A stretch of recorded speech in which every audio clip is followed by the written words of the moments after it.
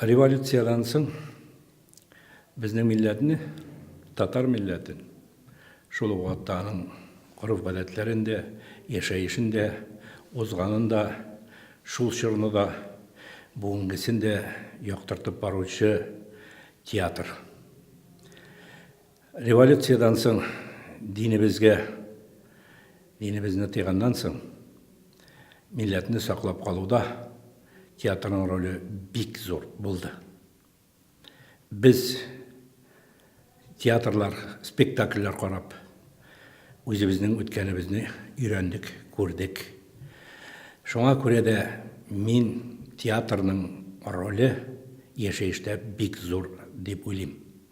Менә шушы гасырдан артык 110 еллык дәверендә безнең театрыбыз, театр дөньябыз, татар театр дөньясы халкыбызны тәрбияләүдә бик күп өлешен кертте. Минем шуны да әйтәсем килә, театр, әдәбият һәр вакытта да язучылар белән бергә үрелеп яшәде. Театр бит ул шундый әйбер.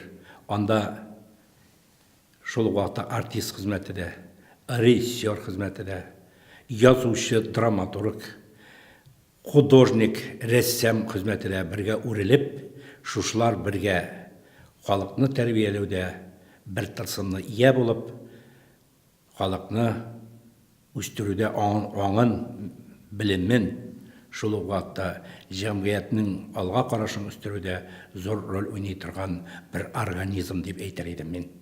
Мин инде менә шушы 110 еллык нәүбәтеннән чыгып, үзебезнең театр әһелләренә, барсына да артистларга, режиссерларга, рәссамнарга, драматургларга алук рәхмәтемне белдерәм. Язучылар берлеге исеменнән, аның идарәсе исеменнән һәм һәммәбезгә дә уңышлар телим.